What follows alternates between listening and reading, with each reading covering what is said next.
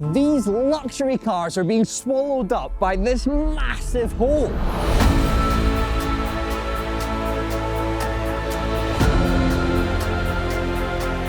One wrong foot, 400 foot in. On a mission to collect Range Rover parts, Isaac and I will discover one of the greatest luxury car graveyards in the world, full of cars that were once 50, 70, up to 100 grand when new. And some of them are literally being swallowed by the earth and could end up hundreds of feet below ground. But first, we came up with a game plan at the smallest cog. Isaac, nice Range Rover. It has come up quite well, hasn't it? This is your TDV8 Range Rover Sport, which you bought for how much? £500. There must be an issue with this car. I know, it could Crime, be murder. Yeah, it was definitely a word of mouth sale. It wasn't on Facebook Marketplace because I think it would have lasted 30 seconds. But it's on the road. I've had to do a few bits to it, but I mean, I don't think I've spent £100 on it yet in parts. In case people haven't seen, your P38, which was the original Range Rover Club car, is now gone and this has replaced it essentially. And I sold it, I did a load of work on it, sold it back to the original owner, and he's now going to carry on with it. So it's sort of given the motivation to keep it going. Today is all about getting parts for Range Rover Club. It's kind of like a Range Rover Club side quest we're doing here. It's become a work van for the day. Yes, exactly. So I've got a list of parts, and that reads currently for Lewis's P38, fog lights, sunroof visor, and a turbo. Yeah. For Izzy's L322, I've got parcel shelf, lower trim, and a beige interior. That's going to be big. And then for your one, I've got down rear lights. Rear lights, and whatever else we find. Now, they do autobiography stuff for these in the facelift, so I want to see if there's any nice, really posh bits to go on. Okay, well, this is genuinely going to be an epic location. You're going to nerd out, considering you're Mr. Range Rover. Where are we going? You're going to freak that way.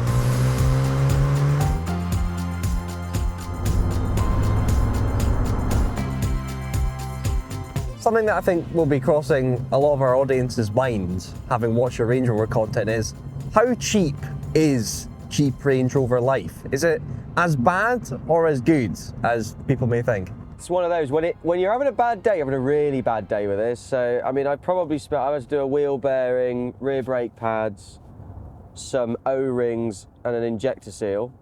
And other than that, it's been pretty good. It has been very well looked after, lots of money spent on it. So it's hopefully had a lot of the expensive stuff done. So who would you say has spent the least on their cheap Range Rover and who has spent the most? But I think Izzy's definitely the one that's in the deepest. The reason I'm being subbed in for this Range Rover Club side quest is that Izzy is currently up in Scotland driving Bentleys, and Lewis is currently doing the lighting for Shrek Live. I'm not sure who's having the best day out of all of us. Today's video is sponsored by Redtiger, and they've supplied us with their brand new dashcam, the F77. Its 4K plus 4K resolution is accomplished by dual Sony image sensors front and back, both shooting in 30 frames per second. It's also capable of a static detail display in 4K, so you can zoom in on number plates of cars that have crossed you and will feel the wrath of your vengeance. There's also no need to purchase an SD card. The F77 has built-in 128GB storage, which also means you avoid damage or impact-related non-recording issues that you could have with a normal SD card. This camera also has HDR night vision, shown here by comparing daylight to evening light and nighttime. Add in voice control, Wi-Fi connectivity, and a 4-inch touchscreen, and you have a very effective little dashcam that will keep you and your pride of joy as safe as possible when out on the roads. Redtiger also offers an even beefier version of the F77 with 256GB of internal storage, meaning you can record for longer periods of time without having to worry about running out of space. If it sounds good to you, then click the link in the description below and bag one of your own. Thanks again to Redtiger for sponsoring today's video. Let's go find some abandoned Range Rovers. What else is in your collection then? So you've gone P38, you've now gone L320. What else is kicking about the Isaac Marriott garage? Well, the P38's been moved on, so I only own one Range Rover now, which I never thought I'd say. I've got the Ford KA still, the OG Ford Sport KA, which is broken, of course, which is ready to go on track once it can run. And then the Volvo, I still own that, that's still knocking about. And then I've still got the Series 3 109 Land Rover, but I blew the turbo up on that. So most of the stuff's broken. When are you going to get a Range Rover then? I'm almost certain that I never will. I would always go the Jag equivalent. I would always want the Jag Saloon. So whether that's XJ, XF, it would always come up trumps for me over the Range Rover. XJs aren't very good off-road though. I've come up with a new song for your club. Do you want to hear it? Only if you sing it to me. Range Rover Club, I'm gonna keep off-roading down with Range Rover Club. I'll be honest, I don't think it's an original idea. Do you think we can come up with some Range Rover Club merch where we somehow integrate Range Rovers off-roading and pole dancing? Where's the pole dancing come from? Is this another dream? This totally shows me why you don't like that song, because you don't understand it, Isaac. Do you pole dance? No comment. All I've got now is a vision of you just absolutely razzing it up and down a pole with a kilt on and no shirt. That's an awful thought. Mike in a... Oh. Today's about Range Rovers and we've got an MG taking all the limelight. What's going on? I'm sorry, I tried my best. MG Rover, you know, it's close enough. It's fundamentally a Rover 45, which was a development of the Rover 400, which is essentially the British version of the Honda Demani. The Honda Demani I've already driven off this cliff. The saloon version of Hold the on. Gen 5 Honda Civic. Oh, Gen it's 5 Honda it's Civic brilliant. It's still shares going a because the chassis light's on, with but the Gen oh, 3 silence. Integra, which has Just Integra still Type R going. DC2. So technically, you're saying Still. it's just a Rover. Yeah. What I'm really driving. It's off again. Oh. This landscape is getting epic, and I know it's in the middle of nowhere, so I don't think we're far away. No, this is very nice. It's very Wales.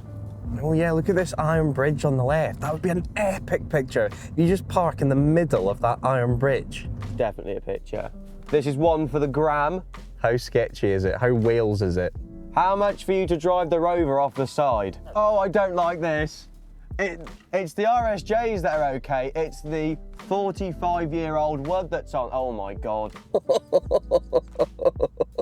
Oh! That moves. Go stand by your one. Why does it all move? That's enough of that.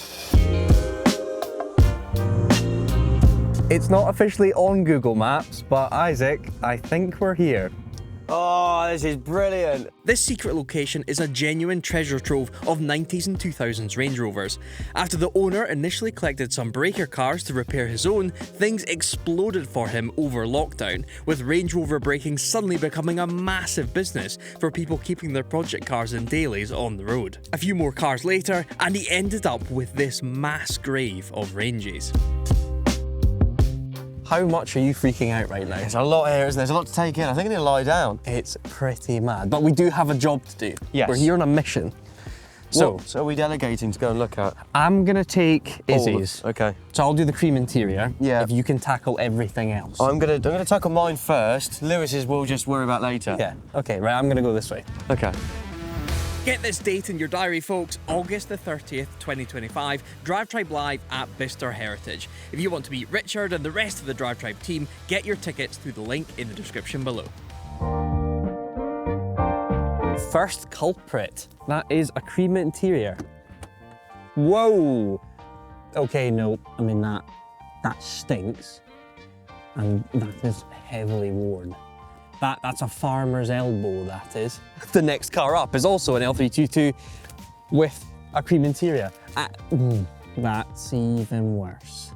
Yeah, I think this is going to be the difficult thing today. There will be parts we want, it's just are they in decent condition? Sadly, the weather has got to this interior. That's no good. I feel like Lewis needs those chrome mirror caps. I'm gonna ask the man about those. Look at this. Oh, it's got fabric mats. Oh, I want some of them. It's not facelift, no. Oh, I don't think I'm opening that door either. That's become the ground. Here we go. Now we're talking. So it's a 4.2 supercharged car with perforated cream leather. I reckon that's going to be top of the list for Izzy. And these headrests look massive. He's got TVs in it. They do. Double TVs in the back. We'd probably need to do some rewiring of Lizzie to be able to get them going. Is this too nice for Lizzie?